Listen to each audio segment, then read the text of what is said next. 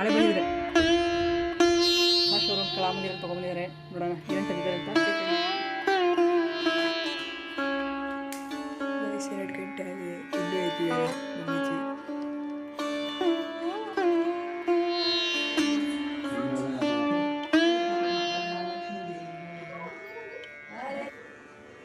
ನಮಸ್ತೆ ಎಲ್ರಿಗೂ, welcome to my channel. ಇವತ್ತು ಹಬ್ಬದ ವಿಡಿಯೋ ಒಟ್ಟಿಗೆ ನಿಮ್ಮ ಮುಂದೆ ಬಂದಿದ್ದೀನಿ. ಆ್ಯಕ್ಚುಲಿ ಹಬ್ಬ ಅಂದರೆ ಏನು ಹೇಳಿ, ಶಾಪಿಂಗ್. ಸೊ ಶಾಪಿಂಗಿಂದನೇ ವಿಡಿಯೋನ ಶುರು ಮಾಡುವ.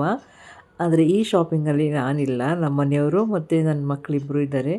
ಚಿಕ್ಕವಳಿಗೆ ಪೇರೆಂಟ್ಸ್ ಮೀಟಿಂಗ್ ಇತ್ತು, ಸೊ ಅದಕ್ಕೋಸ್ಕರ ಪೇರೆಂಟ್ಸ್ ಮೀಟಿಂಗ್ ಮುಗಿಸ್ಕೊಂಡು ಹಂಗೇ ಶಾಪಿಂಗ್ ಹೋಗಿದ್ದರು. ಏನೇನು ಶಾಪಿಂಗ್ ಮಾಡಿದ್ದಾರೆ ಅಂತ ನೋಡುವ. ಹಾಗೆಯೇ ಹಬ್ಬದ ಹಿಂದಿನ ದಿನ ಲೇಟಾಗಿ ಬಂದರೆ ಹಿಂಗಿರುತ್ತೆ ಅವ್ರ ಸಿಚುವೇಶನ್ನು, ಅದನ್ನು ನೋಡೋಣ. ಹಾಗೆ ವಿಡಿಯೋ ಇಷ್ಟ ಆದರೆ ಒಂದು ಲೈಕ್, ಶೇರ್, ಕಮೆಂಟ್ ಇರಲಿ. ಇನ್ನೊಂದು 2 hours ಬಿಟ್ಕೊಂಬರೀವ್ರಿ. ನಾಳೆ ಬಂದುಬಿಟ್ಟಿದ್ರೆ ಆಗಿರೋದು 3 ಜನ ಹೊತ್ತಿಗೆ. ನಾಳೆ ಬಂದಿದ್ರೆ ಒಟ್ಟಿಗೆ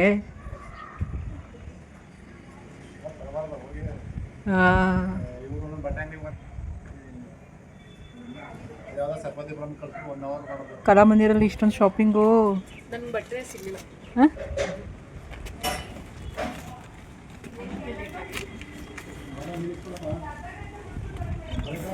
ಒಳ್ಳೆನಾ ಫುಲ್ ಶಾಪಿಂಗ್. ಇದಿರ ನಗರ ಕೆಲಸ ಮಾಡ್ಕೊಂಡು ಹೋಗಿತ್ತಾ ನೋಡಿ. ಮೈಸೂರಿಗೆ ಹೋಗಿದ್ದು ಬಂದ್ಬಿಟ್ಟು ಈಗ ಹೋಗ್ಬಾರ್ದಾಗಿತ್ತು ಅಂತ ಹೇಳಿ ಪಾಪ. ನಿಜವಾಗ್ಲೂ ಸಿಗ್ಲಿಲ್ವೇ ನೋಡಿ, ಅವಳಿಗೆ ಬಟ್ಟೆ ಸಿಗ್ಲಿಲ್ವಂತೆ. ಅವ್ರ ಅಪ್ಪ ಅಮ್ಮ ಮಾತ್ರ ಅರ್ಜೆಂಟ್ ಬರೋದು ಮನೆಗೆ. ಹಾಂ,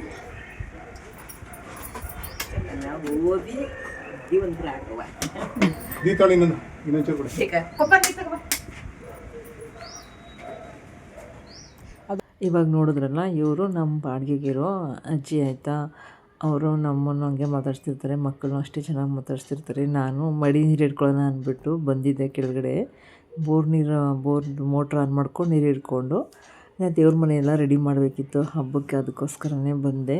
ಆಲ್ಮೋಸ್ಟ್ ಎಲ್ಲ ಕೆಲಸ, ಕ್ಲೀನಿಂಗ್ ಕೆಲಸ ಎಲ್ಲ ಮುಗ್ದಿತ್ತು. ಅಂದರೆ ದೇವ್ರ ಸಾಮಾನುಗಳು ಬೆಳಿಬೇಕಿತ್ತು ಅಷ್ಟೇ. ದೇವ್ರ ಪಾತ್ರೆಗಳೆಲ್ಲ ತೊಳ್ಕೊಂಬಿಟ್ಟಿದ್ರೆ ಮುಗಿತಾ ಇತ್ತು. ಇನ್ನು ಕರ್ಟನ್ ಎಲ್ಲ ತಂದಿದ್ವಲ್ಲ, ಲಾಸ್ಟ್ ವೀಡಿಯೋದಲ್ಲಿ ನೋಡಿದಿರಲ್ಲ, ಅದನ್ನೆಲ್ಲ ಹಾಕಿ ಬೆಳಿಗ್ಗೆನೇ ಎಲ್ಲ ರೆಡಿ ಮಾಡಿದ್ವಿ. ವಿಡಿಯೋ ಮಾಡೋದು ಸ್ವಲ್ಪ ಲೇಟ್ ಆಯಿತು ಅಷ್ಟೇ. ಖುಷಿ ಆಯ್ತಿತ್ತು ಇವನ್ನೆಲ್ಲ ನೋಡೋದು. ಹೊಸ್ದಾಗಿ ಏನಾದ್ರು ತಂದು ಹಾಕಿದಾಗ ಆ ಖುಷಿನೇ ಬೇರೆ ಅಲ್ವಾ. ಇನ್ನು ಮಡ್ಚೋ ಬಟ್ಟೆಗಳು ನನ್ನ ಮಕ್ಕಳಿಗಾಗಿ ಕಾಯ್ತಾ ಇದ್ವು ಅಂತಲೇ ಹೇಳ್ಬೋದು. ಅಲ್ಲ, ಏನು ಆ ಕಲಾಮಂದಿರವ್ರಿಗೆ ಹೋಗಿ ಅಂತ ಹೇಳಿದ್ರೆ ಹೊಸ ಶಾಪ್ ಅಂದ್ಬಿಟ್ಟು ಅವ್ರು ಉದ್ಧಾರ ಮಾಡಕ್ಕೆ ತಂದಿದ್ದಿರಲ್ಲ. ಇಷ್ಟೊಂದು ಜಾಗ ಬಿಡು ತೋರ್ಸೋಣ. ಫುಲ್ ಜಗ್ಲಮ್ಮ. ಏಕೆ? ಆಮೇಲೆ ನಮ್ಮ ಮನೆಯವ್ರು ಕಳ್ಸೋರು ಡಿಸ್ಕೌಂಟ್ ಮಾಡ್ಕೊಡಿ ಅಂತನೋ. ನೋಡಿ, ಹೊಸ ಶೋರೂಮ್ ಕಲಾಮಂದಿರಲ್ಲಿ ತೊಗೊಬಂದಿದ್ದಾರೆ. ನೋಡೋಣ ಏನೇನು ತಂದಿದ್ದಾರೆ ಅಂತ ನೋಡುವ.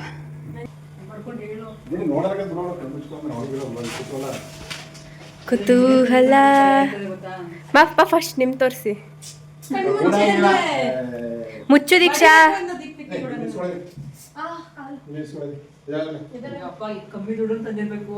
ಏನ್ ತಂದಿದ್ದೀವಿ ಅಂತ ಗೊತ್ತಾ? ಲಂಗ ದೋಣಿ ತಂದಿದ್ದೀವಿ. ಹೇಳಿ, ಇವತ್ತಿಂದ ನಾವು ನಿಮ್ಮೋರು, ನೀವು ನಮ್ಮೋರು ಅಂತ.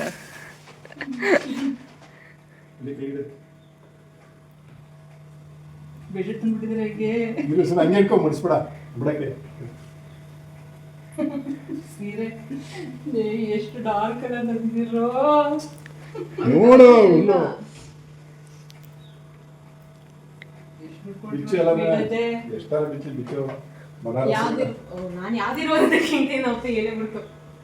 ನಮ್ಮನೆ ಲಕ್ಷ್ಮಿಗೆ ಸೀರೆ ತಂದಿದ್ದಾರೆ ಫಸ್ಟ್ ಟೈಮ್. ದುಡ್ಡು ತಂದಿರೋದು ನಾನು ಲಕ್ಷ್ಮಿ ಹೊಡ್ಸ್ಬಿಟ್ಟು ನಾನು ಅದಕ್ಕೆ ನಾನು ಮೈ ಮೇಲೆ ಹಾಕೋತಾ ಇಲ್ಲ. ಆಮೇಲೆ ನಾನು ಬಿಚ್ಚೆ ನೋಡಿ ಅದು ಹರಳಿ ಹೇಗಿದೆ ಅಂತ. ನಮ್ಮ ಅಪ್ಪನ ಕ್ಯೂರಿಯಾಸಿಟಿ ಏನು ಹೇಳ್ತೀರಾ ಅಂತ.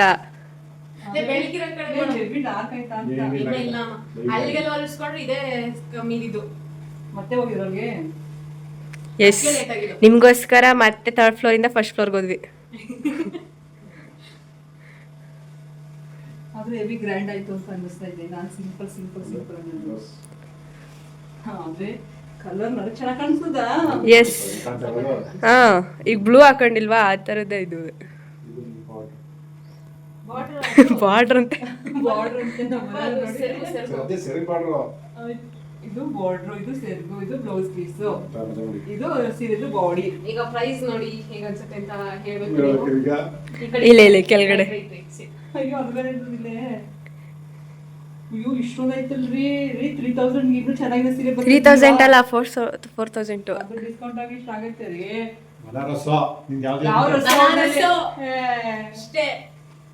ಆದ್ರೂ ಇನ್ನು ಒಳ್ಳೊಳ್ಳೆ ಪೇಸ್ಟಲ್ ಕಲರ್ ಐತಪ್ಪ. ಇರ್ಲಿಲ್ಲ ಅಲ್ಲಿ ಇರ್ಲಿಲ್ಲ. ಬೇಡಾಗಿತ್ತು. ಬೇಕಿತ್ತು. ನೋಡಿ ನನಗಂತೂ ಅವ್ರು ಯಾವಾಗ ಬೆಳೆದಂದ್ರೆ ಸಮಾಧಾನ ಆಗಲ್ಲ. ಅದಕ್ಕೆ ನಾನು ತರದು ಬಿಟ್ಬಿಡಿದವ್ರು ಸೀರೆನ. ಅದ್ರ ಅಪ್ಪ ತರ್ತಾ ಇರ್ಲಿಲ್ಲ ರೀ. ಅಮ್ಮ ಬೈತಾಳೆ ಅಂತ ಫಸ್ಟ್ ನಮ್ಮ ಅಪ್ಪನ ಹೇಳಿ ಸೀರೆ ತಗೋ ಅಂತ, ಆಮೇಲೆ ಬೈತೀರಾ ಅಂತ ಅಂದ್ವಿ ಅಂತೂ. ಅಪ್ಪ ಬನ್ನಿಯಪ್ಪ ಸುಮ್ಮನೆ ಏನಾದ್ರು ತಕೊಡೋಕ್ ಕೊಡೋದ ಅಂತ ಅಂದ್ಬಿಟ್ಟು ಇಸ್ಕೊಂಬಂದ. ಲಕ್ಷ್ಮಿಗಂತೂ ಉಡ್ಸಕ್ ಚೆನ್ನಾಗೈತೆ. ಈಗ ಸ್ವಲ್ಪ ಹೊತ್ತು ಮುಂಚೆ ವಿಡಿಯೋ ನೋಡ್ತಾ ಇದ್ದೆ, ಯಾವ ಸೀರೆ ಲಕ್ಷ್ಮಿ ಉಡಿಸ್ಬೇಕು ಅಂತ. ಗೋಲ್ಡ್ ಕಲರ್ ಉಡಿಸಿದ್ರೆ ತುಂಬಾ ಒಳ್ಳೇದು ಅಂತ ಇತ್ತು. ಗೋಲ್ಡ್ ಕಲರ್ ತಗೊಬಂದ್ರೆ ಅದೊಂದು ಸಮಾಧಾನ ಆಯ್ತಾ ಇದೀನಿ ಅಷ್ಟೇ. ಅದೇನೋ ಗ್ರೀನ್ ಉಡಿಸ್ಬಾರ್ದು ಈ ಸಲ, ಅದೇನೋ ಒಂದಿಬ್ರು ಎರಡು ಅದಕ್ಕೆ ಹೇಳಿದ್ರು ಅವರು ಗೋಲ್ಡ್ ಕಲರ್ ಸೀರೆ ಉಡಿಸ್ಬೇಕು, ತುಂಬಾ ಶ್ರೇಷ್ಠ ಅಂತ. ನೋಡೋಣ ಗೋಲ್ಡ್ ಕಲರ್ ಇದ್ದು ಎಲ್ಲೋ ಇಲ್ಲ ಐತಲ್ಲ ಗೋಲ್ಡ್ ಇಲ್ಲಿ ಎಲ್ಲ ತರ ಅಂದ್ರೆ ರೆಡ್ ಒಂದು ಬಿಟ್ಟು ಗ್ರೀನ್ ಬಿಟ್ಟು ಬೇರೆ ಉಡಿಸಿ ಅಂತ. ಇಷ್ಟ ಆಯ್ತಾ? ಥ್ಯಾಂಕ್ಸ್ ಅನ್ನಿ ಡ್ಯಾಡಿಂಗೆ. ಇಟ್ಕೊಂಡಾಗ ಚೆನ್ನಾಗಿ ಕಾಣಲಿಲ್ಲ ದೀಪಿಗೆ ಕೂಡ ಫುಲ್ ಟ್ರೆಂಡಿಂಗ್ ನೋಡ್ತಿದ್ರು. ಆರ್ಗ್ಯಾನ್ಸಾ, ಥ್ರೆಡ್ ವರ್ಕ್ ಎಲ್ಲ ನೋಡ್ತಿದ್ರು. ಆದ್ರೆ ಅದು ಯಾವುದು ಬೇಡ ಅಂತ ಇದಕ್ಕೆ ಹೋಗಿದ್ರು. ಈಗ ಸೀರೆ ಹೆಂಗಿದೆ ಅಂತ ನೀವು ಕಮೆಂಟ್ ಮಾಡಿ. ನಮ್ಮ ಲಕ್ಷ್ಮಿ ಗುಡಿಸ್ದಾಗ ಹೆಂಗೆ ಕಾಣಿಸುತ್ತೆ ನೋಡುವ ಆಯ್ತಾ. ಈಗ ನಾನು ಮೈ ಮೇಲೆ ಹಾಕೊಳ್ಳೋಂಗಿಲ್ಲ, ಹಾಕೊಳ್ಳಲ್ಲ, ಮಡಿಸಿಟ್ಬಿಡ್ತೀನಿ. ಎಲ್ಲ ವಾಶ್ ಮಾಡಿರೋ ಬಟ್ಟೆಗಳವೆ ಇಲ್ಲೇ ಮಡಿಸ್ತೀನಿ. ನಮ್ಮ ಡ್ಯಾಡಿ ನೋಡ್ಬೇಕು. ಚಾಪೇನೂ ತೊಗೊಂಡಿರೋದು, ಹೌದು. ಬಟ್ಟೆನೂ ವಾಶ್ ಮಾಡಿರೋದೆ, ರಗ್ಗು ವಾಶ್ ಮಾಡಿರೋದೆ. ಇನ್ನು ಸೀರೆ ಹೇಗಿತ್ತು ಅಂತ ಕಮೆಂಟ್ ಮಾಡಿ. ಅದ್ರ ಜೊತೆಗೆ ಹಿಂದಿನ ದಿನ ಪ್ರಿಪ್ರೇಷನ್ ರೆಗ್ಯುಲರ್ ಆಗಿ ರಂಗೋಲಿ, ತೋರಣ ಕಟ್ಟೋದು, ದೇವ್ರ ಮನೆ ರೆಡಿ ಮಾಡೋದು ಇದೆಲ್ಲ ನಡೀತಾನೇ ಇತ್ತು. ಇನ್ನು ರಾತ್ರಿ ಆದಷ್ಟು ಕೆಲಸ ಮುಗಿಸಾದ್ಮೇಲೆ ಅಂದರೆ ದೇವ್ರ ಮನೆ ಸ್ವಲ್ಪನೇ ಕ್ಲೀನ್ ಮಾಡಿದ್ದು, ರೆಡಿ ಮಾಡಿದ್ದು. ಅದಾದಮೇಲೆ ಈಚೆ ಬಂದು ರಂಗೋಲಿ ಹಾಕ್ಬಿಡೋಣ. ಯಾಕಂದರೆ ರಂಗೋಲಿ ಕೆಲಸ ಮುಗಿದ್ರೆ ಆದಷ್ಟು ಕೆಲಸ ಮುಗ್ದಂಗೆ ನನಗೆ ಹಬ್ಬದಲ್ಲಿ. ಸೊ ಹಿಂದಿನ ದಿನವೇ ಎಲ್ಲ ತೊಳೆದ್ಬಿಟ್ಟು ರಂಗೋಲಿ ಹಾಕ್ತಾಯಿದ್ದೆ. ಪ್ರತಿ ವರ್ಷ ತಾವರೆ ಹೂವು ರಂಗೋಲಿ ಹಾಕ್ತೀನಿ. ಅದ್ರ ಜೊತೆಗೆ ಆ ರೀತಿ ಪುಟ್ಟ ಎಲ್ಲ ರಂಗೋಲಿನೂ ಹಾಕ್ತೀನಿ ಆಯಿತಾ. ಮನೆ ಮುಂಭಾಗ ಕರೆಕ್ಟಾಗಿ ಹಾಕಲ್ಲ, ಯಾಕಂದರೆ ಸೊಂಪು ನೀರು ಬರುತ್ತೆ ಅಂತ.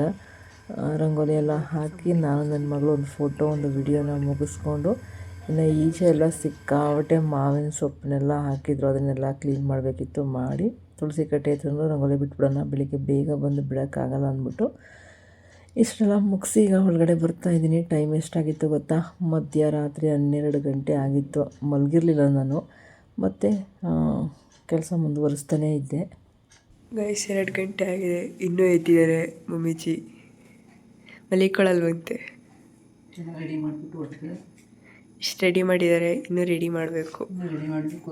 ದೇವ್ರ ನೈವೇದ್ಯಕ್ಕೆ ಸ್ನಾನ ಮಾಡ್ಕೊಂಡು ಅನ್ಸುತ್ತೆ ನಾನು ಕ್ಲೀನ್ ಮಾಡ್ಕೊಂಬಿಡೋಣ ಅಂತ ರೆಡಿ ಮಾಡ್ತಾಯಿದ್ದೀನಿ. ಇಷ್ಟ ಆಗುತ್ತೆ. ಚೆನ್ನಾಗಿ ಸುಮಾರಾಗಿ ಬಂದೈತಾ? ಆದಷ್ಟು ಮಾಡಿದ್ದೀನಿ. ಆನೆ ತಗೊಂಡಿದ್ದೀನಿ. ಆನೆ ಲೈಟೆಲ್ಲ ಆನಲ್ಲೇ ಇತ್ತಲ್ಲ ಅಂದ್ಬಿಟ್ಟು ನಮ್ಮ ಚಿಕ್ಕವಳು ಬಂದು ಮಧ್ಯರಾತ್ರಿ ಒಂದ್ಸಲ ವಿಡಿಯೋ ಮಾಡಿ ಹೋದ್ಲು. ಇನ್ನು ಸಂಪೂರ್ಣವಾಗಿ ಇಷ್ಟು ಅಲಂಕಾರ ಎಲ್ಲ ಮುಗೀತು. ಹೊಸದಾಗಿ ಆನೆಗಳನ್ನ ತೊಗೊಬಂದಿದ್ದೆ ಎಕ್ಸ್ಪೋಗೆ ಹೋಗಿದ್ದಾಗ, ಅದನ್ನು ಇಟ್ಟು ರೆಡಿ ಮಾಡಿದ್ದೀನಿ. ಇನ್ನು ಸ್ಟವ್ ಎಲ್ಲ ರೆಡಿ ಮಾಡಿ ರಂಗೋಲಿ ಹಾಕಿ ಹೂವೆಲ್ಲ ಹಾಕಿ ಇಟ್ಟಿದ್ದೀನಿ. ಈಗ ಟೈಮ್ ಬಂದು 4:40 ಆಯಿತಾ. ಬೆಳಿಗ್ಗೆ ಪೂಜೆ ಆದಮೇಲೆ ಈಗ ನಾನು ವಿಡಿಯೋ ಕಂಟಿನ್ಯೂ ಮಾಡ್ತಾ ಇರೋದು. 4:40 ಮನೆಯೆಲ್ಲ ಗುಡಿಸಿ ಒರೆಸಿ ರೆಡಿ ಮಾಡಿಕೊಂಡು ಸ್ನಾನ ಮುಗಿಸ್ಕೊಂಡು ಬಂದು ನೈವೇದ್ಯಕ್ಕೂ ರೆಡಿ ಮಾಡಿ ಪೂಜೆ ಅಂತೂ ಆಯಿತು. ಸೊ ಪೂಜೆ ಆಗೋವರೆಗೂ ನನಗೆ ವಿಡಿಯೋ ಮಾಡೋಕ್ಕೆ ಆಗಲಿಲ್ಲ, ಒಬ್ಬಳೇ ಇದ್ದದ್ರಿಂದ. ಪೂಜೆ ಎಲ್ಲ ಆದಮೇಲೆ ವಿಡಿಯೋ ಮಾಡ್ಕೋತಾ ಇದ್ದೀನಿ. ಈ ರೀತಿ ತುಳಸಿ ಕಟ್ಟೆ ಮುಂದೆ ಬಾಗಿಲಲ್ಲಿ ಎಲ್ಲ ದೀಪನ ಹಚ್ಚಿಟ್ಟು ಪೂಜೆ ಅಂತೂ ಆಯಿತು. ಸೂಪರಾಗಾಯಿತು. ಟೈಮು ಕರೆಕ್ಟಾಗಿ ಅಂದರೆ ಬ್ರಾಹ್ಮಿ ಮುಹೂರ್ತದಲ್ಲಿ ಪೂಜೆ ಆಯಿತು. ಅದಕ್ಕೋಸ್ಕರನೇ ಇಡೀ ರಾತ್ರಿ ಎಚ್ಚರಾಗಿದ್ದು ಎಲ್ಲ ಕೆಲಸ ಮುಗಿಸ್ಕೊಂಡಿದ್ದೆ.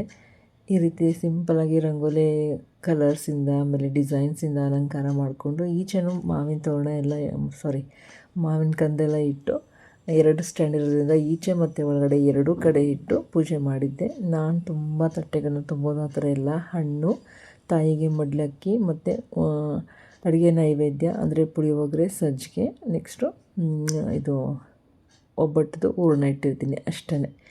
ಅಷ್ಟು ಬಿಟ್ಟರೆ ಇನ್ನೇನು ನಾನು ಎಕ್ಸ್ಟ್ರಾ ಇಡೋದಕ್ಕೆ ಹೋಗೋದೇ ಇಲ್ಲ.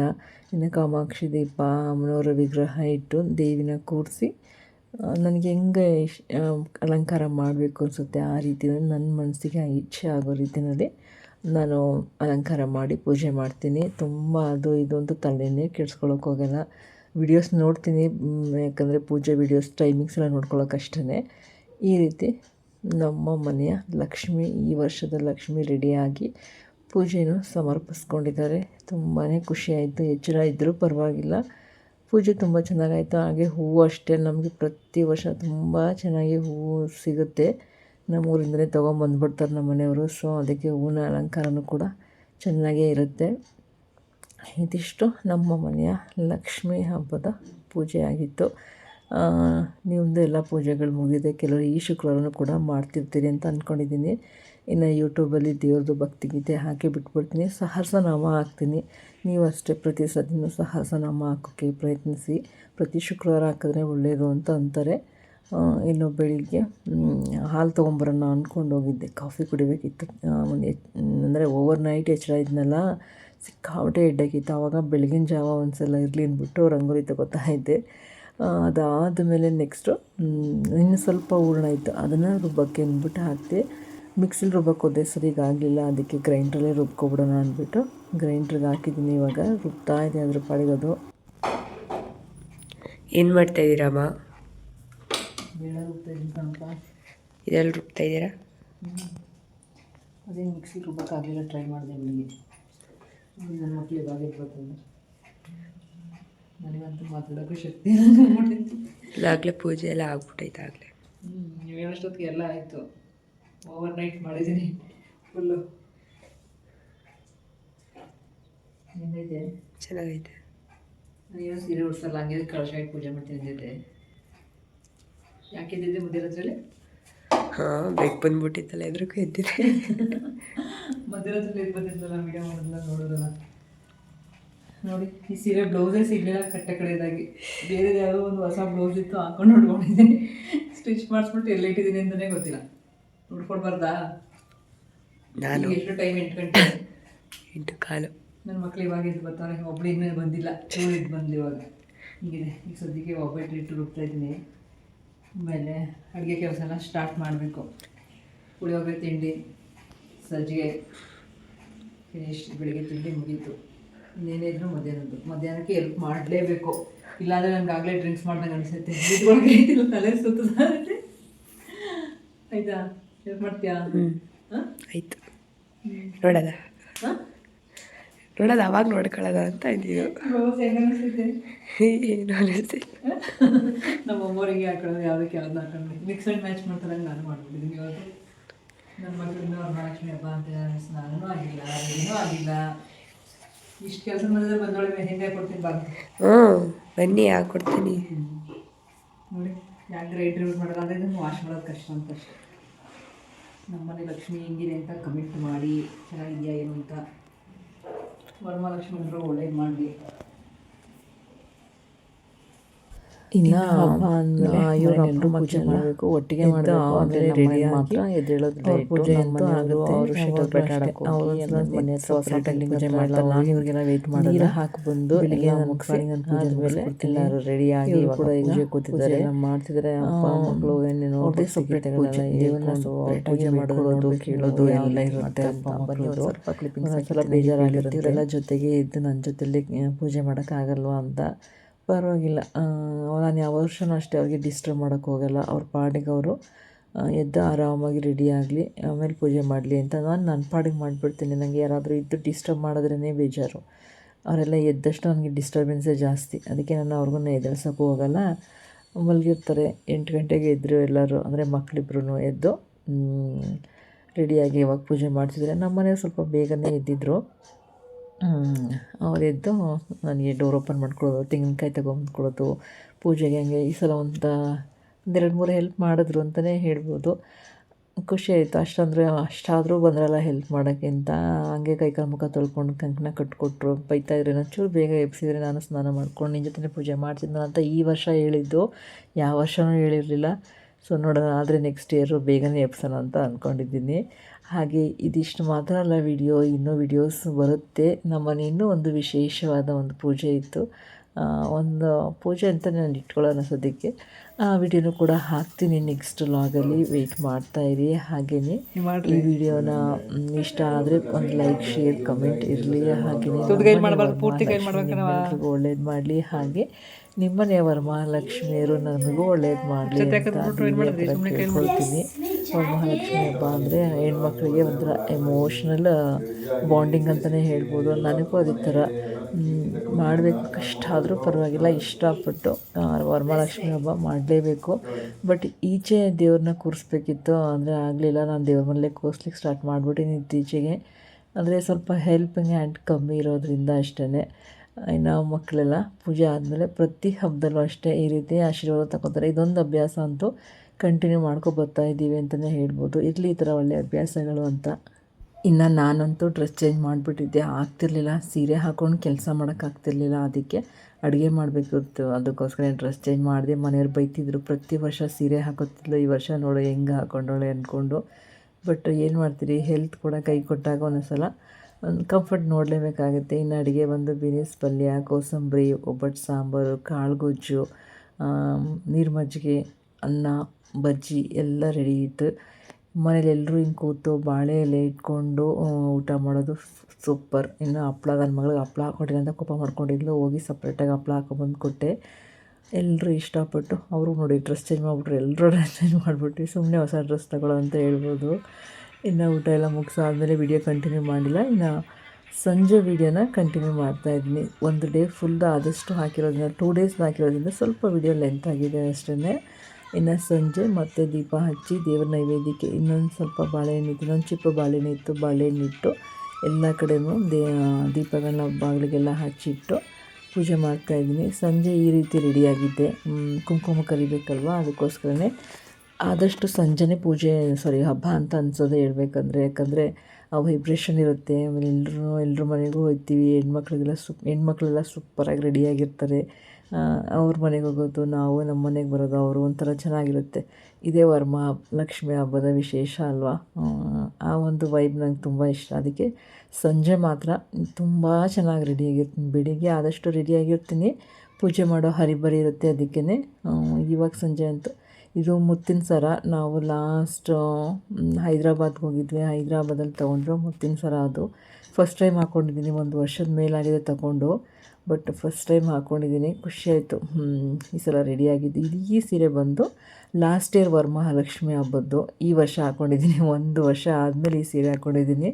ಅಂದರೆ ಈ ವರ್ಷ ಏನು ಸೀರೆ ದೇವ್ರಿಗೆ ಉಡ್ಸಿರ್ತೀವಲ್ವ, ಅದನ್ನ ಗೌರಿ ಹಬ್ಬದ ದಿನ ಹಾಕ್ಕೊಂಡು ಪೂಜೆ ಮಾಡಬೇಕು ಅಂತಾರೆ.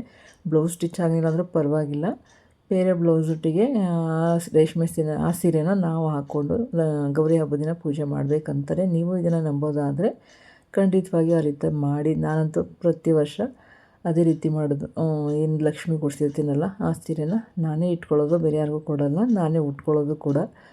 ನೋಡೋಣ ಈ ಸಲ ನಾನು ಉಟ್ಕೊಂಡ್ರೂ ಬ್ಲೌಸು ಮಕ್ಕಳು ಯಾರಾದರೂ ಇಷ್ಟಪಟ್ಟರೆ ಅವ್ರಿಗೆ ಸ್ಟಿಚ್ ಮಾಡಿಸೋಣ ಅಂತ ಅಂದ್ಕೊಂಡಿದ್ದೀನಿ. ಅಂದರೆ ನನ್ನ ಸ್ಕಿನ್ ಟೋನ್ಗೆ ಸ್ವಲ್ಪ ಡಾರ್ಕ್ ಆಯಿತಾ, ನಾನು ಸ್ವಲ್ಪ ಈ ಥರ ಡಲ್ ಶೇಡಲ್ಲಿ ಯಾವಾಗ ಬಟ್ಟೆಗಳನ್ನ ತೊಗೊಳಕ್ಕೆ ಇಷ್ಟಪಡೋದು.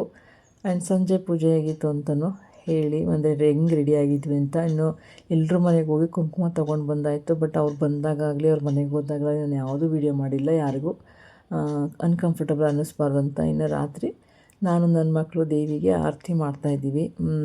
ಆರತಿ ಮಾಡೋದ್ರ ಮೂಲಕ ಇವತ್ತಿನ ದೇವಿಯ ಪೂಜೆನ ಮುಗಿಸ್ತೀವಿ. ದೇವಿಗೆ ಆರತಿ ಮಾಡಿ ಆರತಿದ್ದು ಕುಂಕುಮನ ದೇವಿ ಹಣೆಗೆ ಹಚ್ಚಿ ಕಳಶನ ಅಲುಗಾಡಿಸಿದ್ರೆ ಮುಗೀತು. ನಾನು ಯಾವಾಗಲೂ ಅಷ್ಟೇ ಪ್ರತಿ ವರ್ಷವೂ ಒಂದೇ ದಿನ ಇಡೋದು, 3 ಡೇಸ್ ಎಲ್ಲ ಇಡೋಕ್ಕೆ ಹೋಗಲ್ಲ. ಆ ಶಕ್ತಿ ಕೊಡಲಿ ದೇವರು, ಖಂಡಿತವಾಗಿ 3 ದಿನ ಇಟ್ಕೋತೀನಿ. ಬಟ್ ಬೇರೆ ಇನ್ನೊಂದು ವಿಶೇಷ ಇದ್ದದ್ರಿಂದನೂ ತೆಗೆದೆ. ಹಾಗೆಯೇ ನಾನು ಯಾವ ವರ್ಷವೂ ಅಷ್ಟೇ, ಸಾಕು ಒಂದು ದಿನ ಚೆನ್ನಾಗಿ ಖುಷಿಯಾಗಿ ಪೂಜೆಯನ್ನು ಮುಗಿಸ್ಬಿಟ್ಟು ನೆಕ್ಸ್ಟ್ ಡೇ ಕಳಿಸ್ಬಿಡುವ ಅಂತ. ನೆಕ್ಸ್ಟ್ ಡೇ ಶ್ರಾವಣ ಇರೋದ್ರಿಂದ ಮನೆಯೆಲ್ಲ ಕ್ಲೀನ್ ಮಾಡಿ ಎಲ್ಲ ಕೆಲಸ ಮುಗಿಸಿ ಆಮೇಲೆ ಮತ್ತೊಮ್ಮೆ ದೇವಿಗೆ ಪೂಜೆ ಮಾಡಿ ದೇವಿನ ಕಳಿಸಿ ಮತ್ತು ಶ್ರಾವಣಕ್ಕೆ ಸಂಜೆ ಪೂಜೆಗೆ ರೆಡಿ ಮಾಡ್ಕೋತೀನಿ. ಆ ರೀತಿ ಮಾಡ್ತೀನಿ. ಇದು ನಾನು ಪ್ರತಿ ವರ್ಷ ಮಾಡೋದು. ನಿಮಗೆ ಫಸ್ಟಿಂದ ಹೆಂಗೆ ಮಾಡಿದ್ದೀರಾ ಆ ರೀತಿಯೇ ಮಾಡಿ, ಆಯಿತಾ. ಇನ್ನು ಇದು ರಾತ್ರಿ ಮತ್ತೊಮ್ಮೆ ಕೂತ್ಕೊಂಡು ದೇವ್ರನ್ನ ಕೇಳಿಕೊಂಡು, ನಾವು ಪೂಜೆ ಮಾಡಿದ್ರಲ್ಲಿ ಏನೇ ಮಿಸ್ಟೇಕ್ಸ್ ಇದ್ರೂ ಕ್ಷಮಿಸ್ಬಿಡಮ್ಮ. ಪೂಜೆ ಮಾಡೋ ಹರಿಬರಿಲಿ ಒಂದು ಸ್ವಲ್ಪನಾದರೂ ಏನಾದರೂ ಒಂದು ಮಿಸ್ಟೇಕ್ಸ್ ನಾವು ಮಾಡೇ ಮಾಡ್ತೀವಿ. ತಾಯಿ ಹತ್ರ ಒಮ್ಮೆ ಕೂತ್ಕೊಂಡು ಕೇಳ್ಕೊಳ್ಳಿ, ಆಯಿತಾ. ಏನೇ ಮಿಸ್ಟೇಕ್ಸ್ ಇದ್ರೂ ಒಳ್ಳೇದು ಮಾಡಮ್ಮ ತಾಯಿ, ಕ್ಷಮಿಸ್ಬಿಟ್ಟು ಅಂತ ಕೇಳಿಕೊಂಡು ಮತ್ತು ಮುಂದಿನ ವರ್ಷ ಇದೇ ರೀತಿ ನಮ್ಮ ಮನೆಗೆ ಬಾ ತಾಯಿ, ನಮ್ಮನ್ನು ಹರಸು ತಾಯಿ ಅಂತ ಕೇಳಿಕೊಂಡು ತಾಯಿನ ಕಳಿಸ್ಕೊಡಿ.